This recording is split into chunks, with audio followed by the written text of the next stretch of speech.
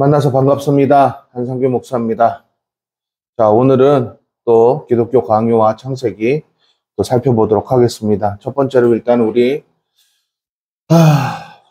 하나님의 율법에 관해서 7번 우리가 조금 살펴보기 전에 우리는 좀 율법이 무엇인가에 대한 좀 이 이야기를 좀 해야 할 것 같아요. 율법을 나타내는 단어가 고대 히브리어, 그때 당시 제가 또 고고학으로 또 설명을 하니까 여러분 또 이제 많은 분들이 좀 좋아하길래 제가 좀 한번 좀 살펴드리도록 하겠습니다. 제가 이 율법이라는 말은요, 고대 히브리어로는요 토라라는 말을 사용하지는 않았습니다. 토라라는 말을 사용하지 않았어요.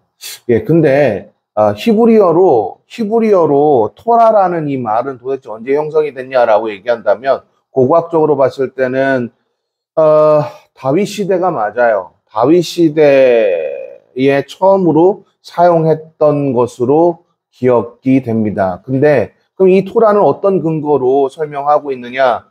예, 요런 부분들을 좀 우리가 좀 살펴봐야 돼요. 예, 락티라트라고 하는 고대 히브리어 방언이라고 할게요.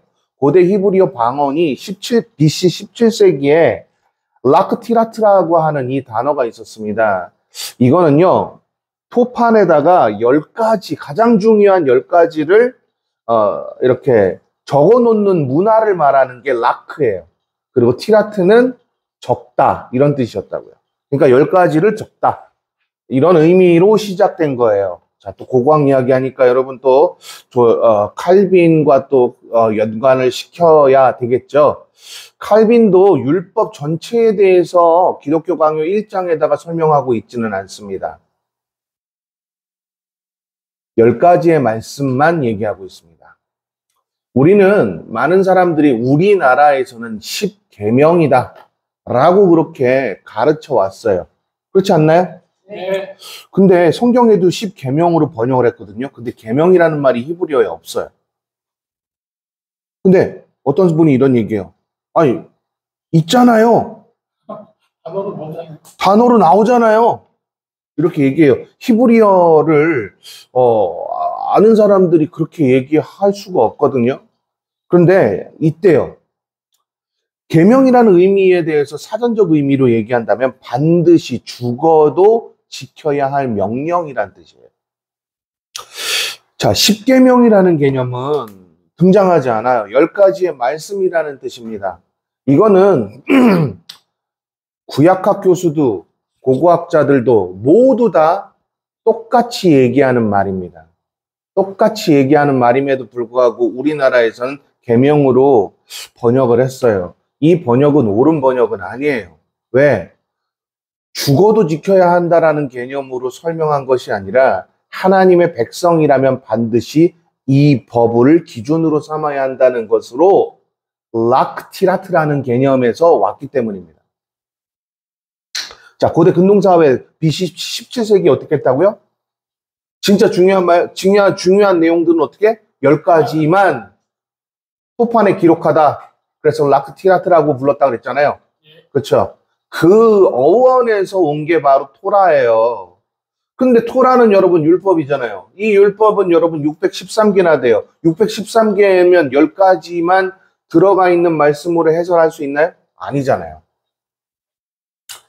칼빈도 이거를 알고 있었어요. 그래서 제가 그걸 좀 설명하고자 하는 겁니다. 그래서 일단은 좀 문법적인 부분으로 일단은 고고학적인 설명을 지금 방금 해드렸으니까 문법적인 설명을 해드릴게요. 토라라는 단어는요, 항상 어디에 있냐면 티흐야흐라고 하는 무엇에 있게 하라, 무엇 안에 두다 라는 동사와 함께 등장한다는 겁니다. 대부분이 그래요. 다 그렇다는 얘기가 아니라 대부분이 그렇게 등장합니다. 그런데 다 그렇다고 얘기하려면 모세 오경에는 다 그렇게 됩니다. 있게 하라. 그럼 어디에 있게 하라 그럴까요? 온 이스라엘에 있게 하라. 네 집에 있게 하라. 이런 개념으로 사용할 때 바로 토라라는 개념이 들어가는 거예요. 그러면 여러분 토라라는 이 단어를 그냥 단순하게 율법이라고 번역할 수 없는 거예요. 문법적으로는요. 누가 저한테 되게 재미난 그 댓글도 남기고 문자도 저희 그 메일도 보냈어요. 재미난 건 도대체 어디서 생활하다 오셨습니까? 예, 제가 조폭까지 생겼다는 거예요. 근데 여러분, 그 조폭까지 생겼대요. 저보고 조폭같이. 네. 저는 요즘에 되게 얼굴이 인상이 너무 좋아서 사람들이 되게 좋아할 거라고 생각했는데 이게 그렇지는 않은가 봐요. 조폭같이 생겼답니다. 두 번째는요, 저한테 이제 메일 보내신 분인데 그분이 하시는 말씀이 그거예요. 고고학이 필요하군요. 그 고고학에 관해서 이제 목사님처럼 많이 고고학을 하실 수 있는 분이 계신가요? 그러면서 그 통합주 그 사람 누구야? 그 고고학 그 박물관 방문해서 고고학 그 강의하는 사람 있잖아요. 그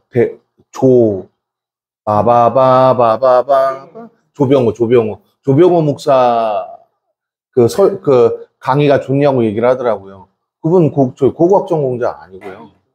고고학 전공자 아니고요. 우리나라에 고대 근동 전공한 사람은 김구원 교수하고 기껏 해봐야 나?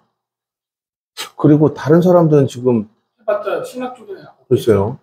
신학교 쪽에 있을까 모르겠네요. 그렇게 설명을 해줬어요. 근데 고고학이 정말 중요한지 이제 알겠다고 메일 보낸 사람은 이거 듣고 괜찮았다는 얘기예요. 자기가 적용하기에 정말 좋았다는 얘기겠죠.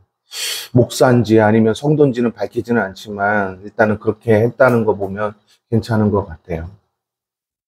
자, 어찌됐건 그럼 이제 문법적인 부분에서 무엇 안에 있게 하라라는 동사와 함께 더불어서 오니까 토라는 율법이라고 그냥 단순하게 번역하면 안 돼요. 그렇게 번역하면 안 된다고요. 그럼 이거 어떻게 번역해야 될까요? 기준, 하나님께서 지시함이라고 번역하는 게 맞는 거예요. 그러니까 토라는 야훼의 지시 혹은 야훼의 기준이라고 얘기하는 게 훨씬 더 합당한 번역이라는 겁니다. 문법적으로 보면 그렇다는 거예요. 또 이제 난리 나겠네. 대한민국 목사들이 또 이거 들으면 또 너만 잘났냐 이러고서 또 난리 나겠네. 저 옛날에 강의할 때 2012년에 대학원에서 목사들이 THM 강의할 때입니다. 대학원에서 교수님만 잘났냐고 막 나한테 막 뭐라 했던 게 기억이 나네. 근데 이게 사실이에요. 문법상 무엇 안에 있게 하라, 무엇 있게 하라라는 이런 개념에서 등장하고 있어요, 율법이. 특히 여러분 선지서에서도 그런 게 많이 등장해요.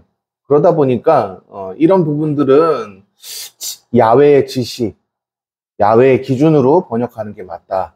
이렇게 좀 여러분이 이해하셨으면 좋겠어요. 그러니까 7번을 보시면 그렇게 피앙세도 그래서 그렇게 설명하는 것 같아요. 자, 논문 봅시다. 피앙세 린 교수의 논문 한번 보자고요. 다 찾으셨나요? 네. 하나님의 율법에 관하여. 하나님의 율법에서는 자, 여기서 율법에서는이라고 제가 이렇게 번역한 건 피앙세가 이렇게 얘기했기 때문인데 우리 그냥 정하자고요. 10가지의 말씀입니다. 피앙세가 얘기하는 게 10가지 말씀이니까 10가지의 말씀으로 제가 통일시킬게요.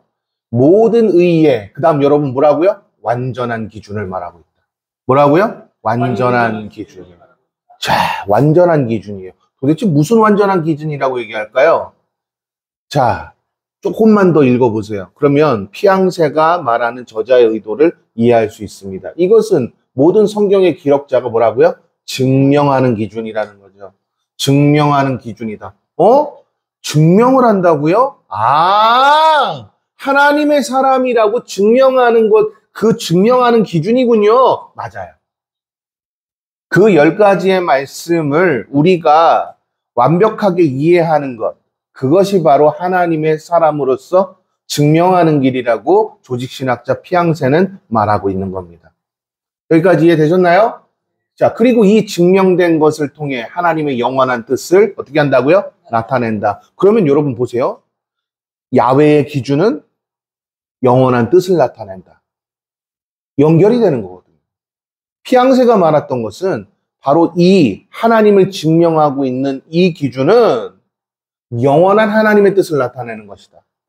그러면 영원한 하나님의 뜻이 무엇일까? 첫째를 그래서 피앙세가 뭐라고 설명했어요? 너는 나 외에 다른 신들을 내게 있게 하지 말라 명령한 것이다 라고 설명하고 있어요. 영원한 하나님의 뜻을 나타냈다고요. 그게 바로 뭐라고요? 하나님 외에 다른 것을 두지 말라고요. 있게 하지 마라. 봐요. 여기도 나오네요. 무엇? 있게 하다. 그죠? 있게 하다. 그쵸? 토라라는 저희 명사에는요. 항상 뭐가 등장한다고요? 무엇? 있게 하라. 맞죠? 봐요. 피앙세 린도 지금 저하고 똑같이 설명하고 있으면 피앙세도 공부 많이 했다는 얘기겠죠? 자, 또 보세요.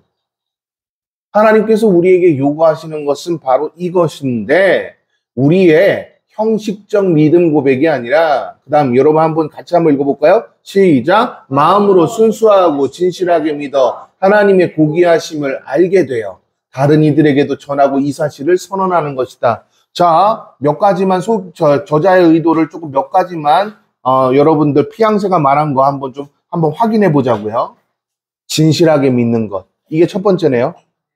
진실하게 믿는 게 우리 위에서 우리 지난 시간에 배웠는데 진실하게 믿는 게 뭐였죠? 혹시 기억나세요? 믿음이란 뭐였죠? 그렇죠. 도제화되는 거였죠. 네, 그렇죠. 그거였죠. 자, 그거예요. 진실하게 믿는 게 그거였고요. 그 다음에요. 하나님을 아는 것. 그렇죠. 하나님의 고귀하심을 알게 돼요. 여기서 등장하죠. 하나님을 아는 것을 지금 강력하게 바라는 피앙세의 논문을 우리가 보고 있어요. 그렇죠? 네. 그다음 다른 이에게도 이것을 어떻게 한다고요? 선언한다고요. 봐요. 하나님의 사람은 어딜 가서든지 하나님의 것을 자랑하고 하나님의 것을 선언하게 되죠. 그렇지 않습니까? 그거예요. 그러니까 자기를 드러내지 않아요. 지금 이재명 대통령 자기 드러내요? 안 드러냈잖아요. 막 윤석열이 어땠어요? 아, 내가 폴란드 가가지고 내가 거기에서 다 했어. 했죠? 여러분, 자기를 드러내지 않는다는 건 실력이 있다는 얘기예요. 이해되셨어요? 그런데 여러분 더 재미난 얘기 한번 해볼까요? 그러면 피앙세는 자기를 드러내지 않는 그 방식에 대해서 뭐라고 설명하는지 한번 보자는 거예요.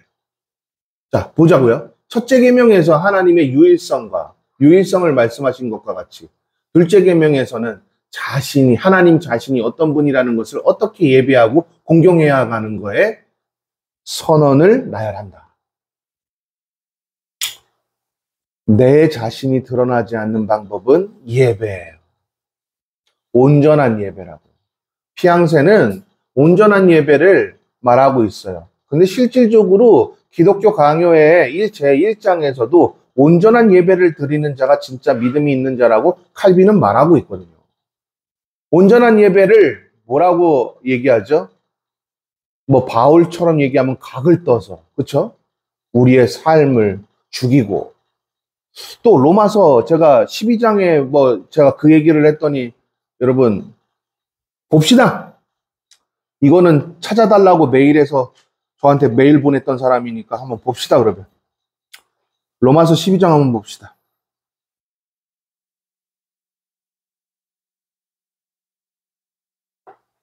뭐가 예배인지 한번 보자고요.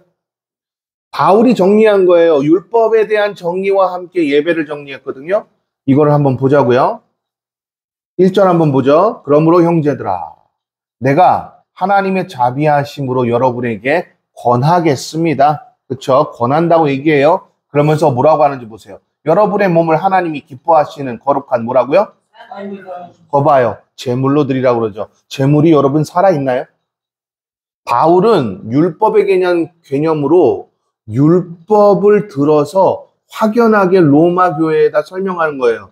너희들이 예물이 되지 않으면 하나님은 기뻐하지 않으신다. 이건 결국 죽음을 의미하는 거예요. 죽어야 다시 산다는 그런 개념은 여기에 등장하지 않지만 연속성일 거예요. 그렇지만 여기에서 죽어라, 그것이 예배다 라고 얘기하고 있어요.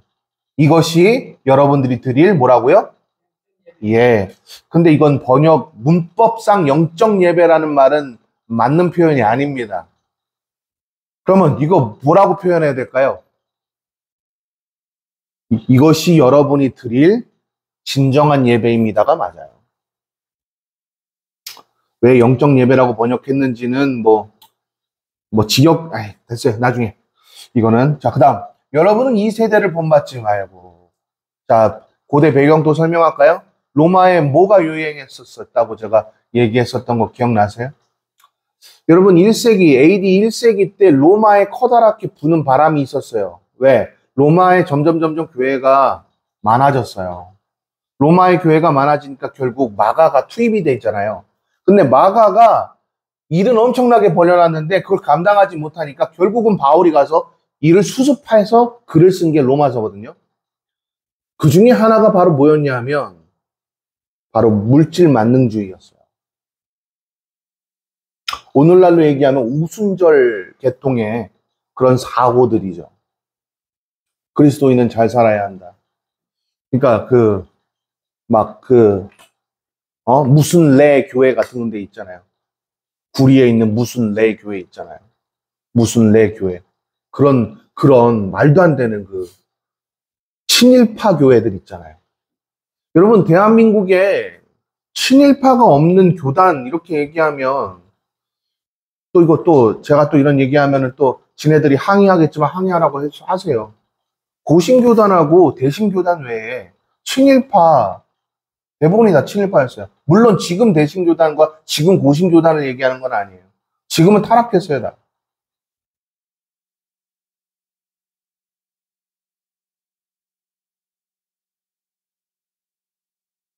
자, 그 당시에 물질 만능주의가 엄청나게 심했단 말이죠. 또 여러분, 결혼 문화에 관해서요. 로마에서는요. 원래부터 그러니까 여자든 남자든 많은 사람들을 두어도 된다라고 여겼어요. 그 상태에서 교인이 됐어요. 그러니 율법을 받아들이기가 어려웠겠죠. 서로 그런 사상들이 안 맞았겠죠.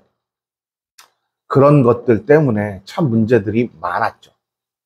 그래서 두 손 두 발 다 털고 도망간 게 마가입니다. 근데 마가복음 여러분 읽어보면서 도대체 이게 뭐지? 마치 쫓겨가면서 쓴 것 같아. 왜 이렇게 막 대충대충 썼을까? 막 화나고 그러진 않으셨나요?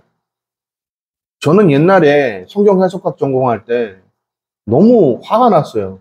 이런 글은 개발, 세발 써도 누구나 다 쓰겠다. 이게 도대체 뭐 하는 짓이야? 라고 화가 났었던 기억이 나네요.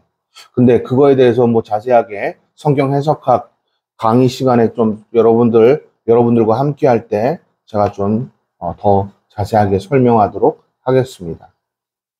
어찌됐건 그 다음에 얘기하는 게 뭐냐면 하나님이 기뻐하시고 온전하신 뜻이 무엇인지 분별하라고 얘기합니다.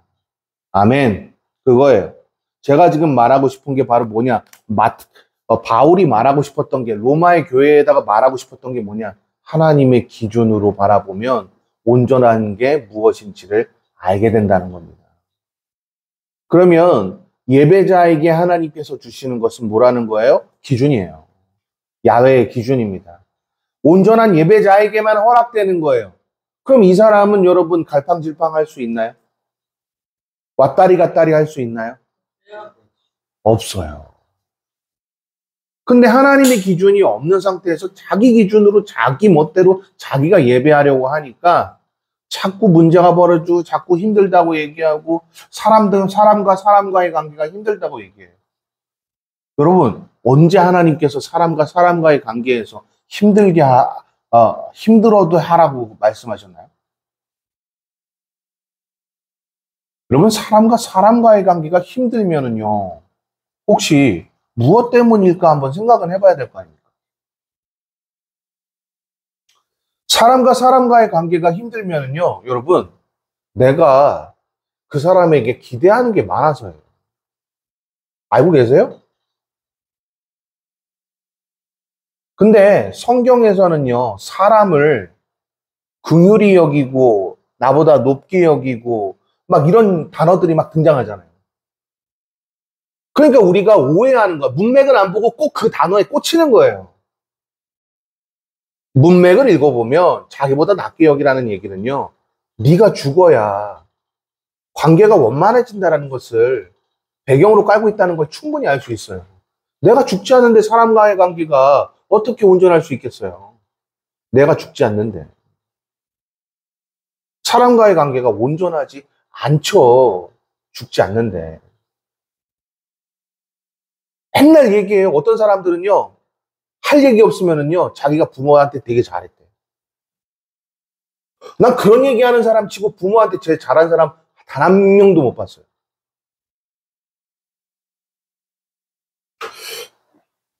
맨날 자기는 자수성가했대요, 자수성가. 여러분, 자수성가한 사람이 대한민국에 과연 얼마나 될까요? 5천만 국민 중에 과연 얼마나 될까요? 자수성가했다고 얘기하는 사람이 부모한테 잘했을까요? 자수성가라는 이야기를 꺼내면은요, 이거는 후레아들 놈이 되는 거예요. 후레 자식이라고요. 그럼 부모는 뭐 했어요? 부모는 뭐 한 거예요? 장로님, 자수성가 하셨어요? 권사님, 자수성가 하셨어요? 그런 얘기 못 해요. 아, 목사 목사님 자수성가 했구나.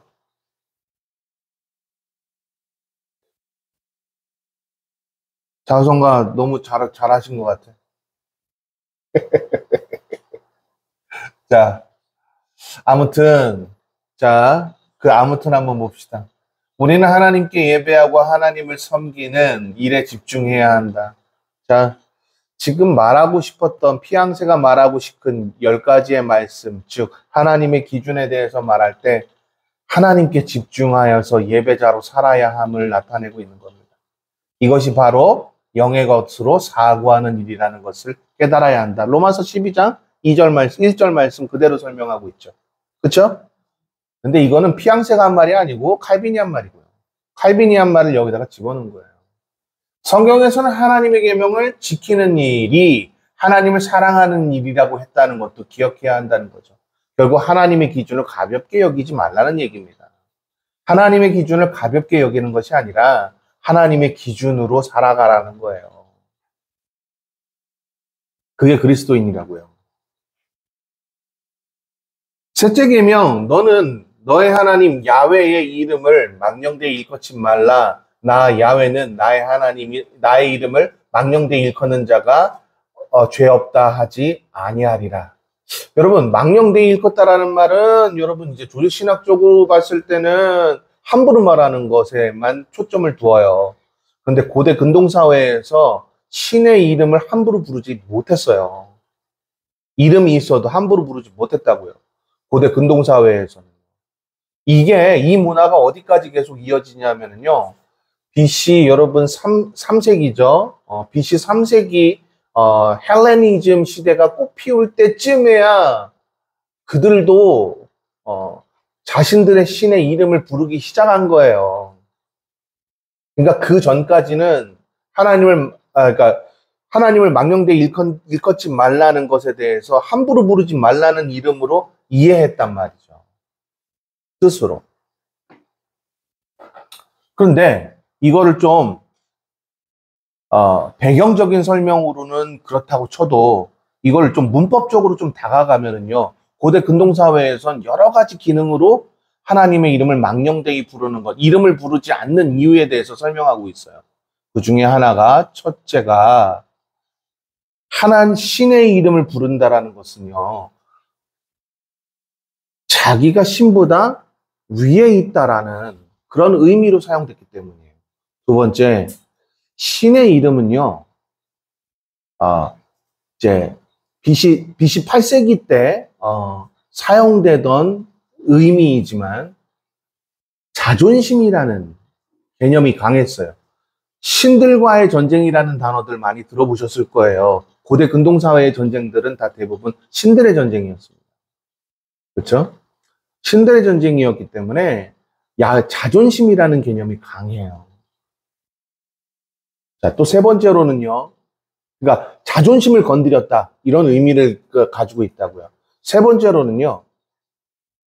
그러니까 어디서나 자기를 드높이기 위해서 하나님을 이용하지 말라는 의미로 사용됐어요. 이거는요,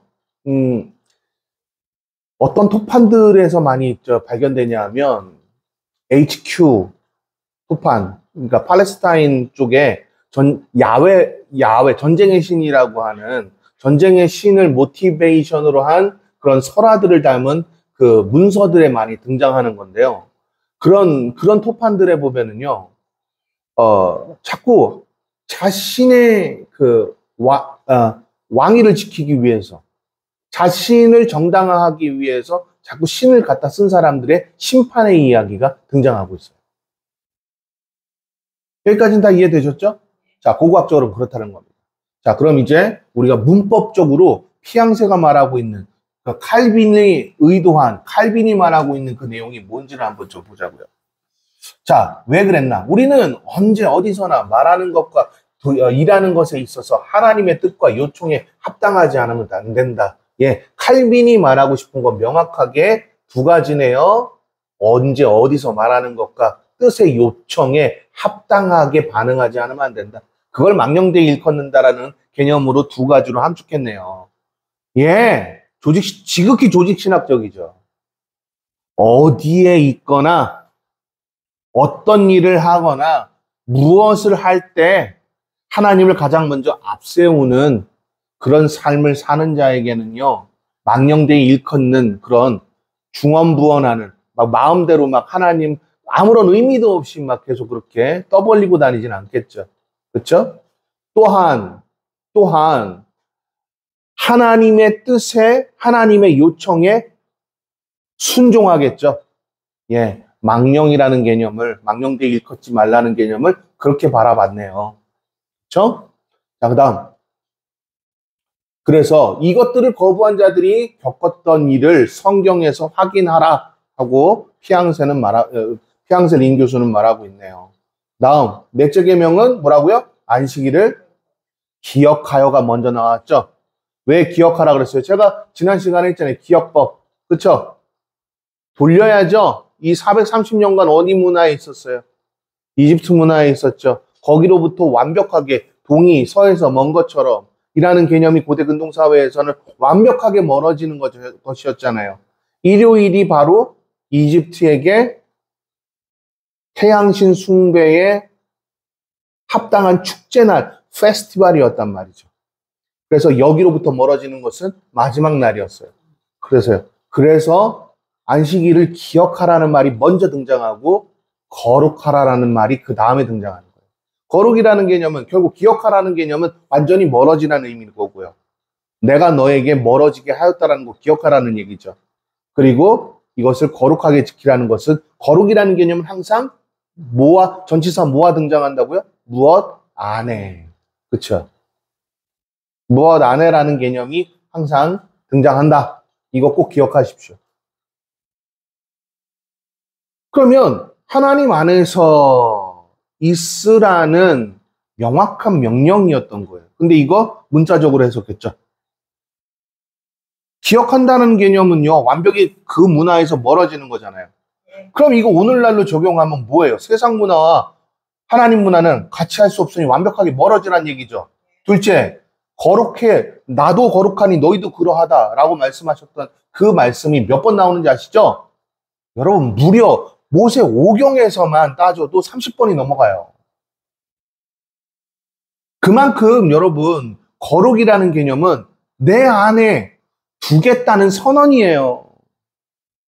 그러면 모든 날이 하나님이 모든 날을 주관하시겠다는 거 아니에요. 근데 문자적으로 왜 토요일 날만 안식일이야? 그러니까 정확하게 얘기하면 금요일 저녁부터 해 진 그날부터 토요일 해 질 때까지가 왜 안식일입니까? 안식일 지키러 가야 되는데요. 그래서 어떻게 해요? 교회 가가지고서는 안식일 날 거기서 예배 드리고 거기에서 계속 막 자요. 뭔가 이상하죠? 문자적으로 이렇게 해석하면 뭔가가 이상하죠? 알레고리에 빠지면 이렇게 이상하게 되는 거예요. 그 당시의 의미, 저자의 의도하고는 전혀 상관없이 해석하는 것은 위험하다.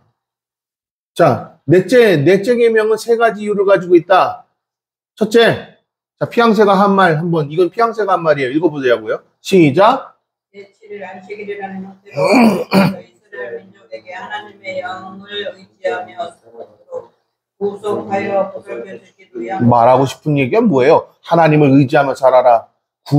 하나님께서 너희들을 하나님 안에 두셨다. 하나님이 너희들을 보살피실 것이다. 그것을 기억하라는 얘기네요. 둘째요. 읽어보세요. 하나님은 사람들을 율법을 청중하여 예배를 드리기 위하여 모이는 날을 제정하시기를 원하셨다. 거 봐요. 왜요? 가르치라는 거예요. 야훼 하나님을 온전하게 알 수 있도록 하나님의 기준을 바르게 이해할 수 있도록 가르치는 날이 필요하다라는 것을 하나님께서 우리에게 알리신 거라고요. 가르치라고 명령하신 거라고요. 자, 세 번째요.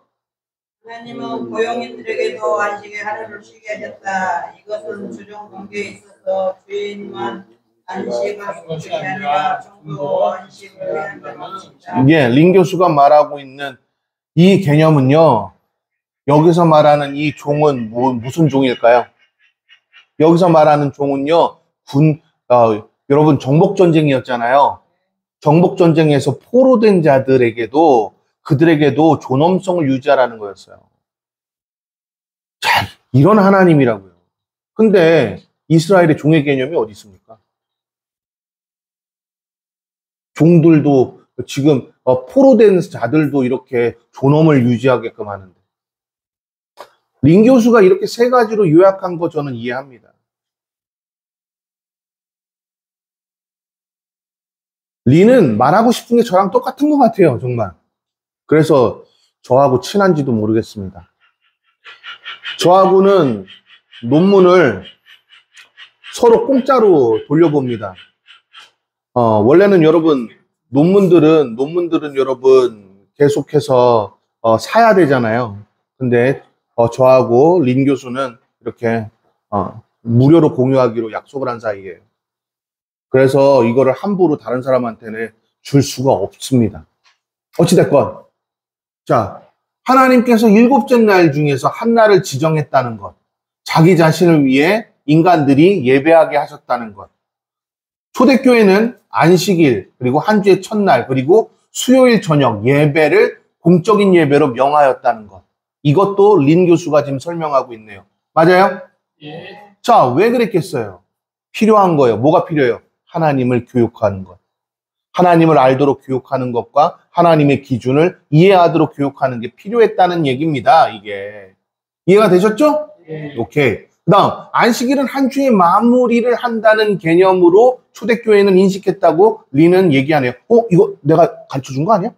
예, 맞아요. 그쵸? 근데 린도 이렇게 얘기하네요. 봐요. 프로테스탄트나 청교도들은 다 이렇게 얘기한다고요. 수요일 저녁 예배는 한 주의 중심을 드린다는 개념이래요. 저랑 똑같이 얘기하네요, 린이. 예, 맞아요. 그리고 안식 후 첫날은요, 한 주의 첫 시작을 하나님과 함께하며 하나님을 앞세우고 시작했다는 선언의 개념이다. 초대교회가 이렇게 인식하고선 예배를 드렸다. 린도 이렇게 얘기하네요. 이건 목사님의 견해가 아니에요. 각주가 있기 때문에. 그쵸? 그쵸? 우리 청교도는 이것을 그대로 받아들이고 있다. 피앙세가 한 말이에요. 우리 청교도는 이것을 받아들이고 있다. 그럼 피앙세가 한 말 중에 그럼 청교도는 자기네가 지금 속해 있는 청교도에서 수요 예배 드린다는 거예요. 주일 한 주의 첫 시작을 알리는 일요일 날 예배를 드린다는 거예요. 주일로 정하고. 주님의 날이라는 개념이 아니에요. 하나님을 앞세운다는 개념이에요. 우리 날은 금요일 날. 오순절에게 물어보셔야죠. 오순절에서. 네. 오순절에게 물어봐야죠. 네. 자, 네 번째 계명까지만 하겠습니다. 시간 관계상. 35분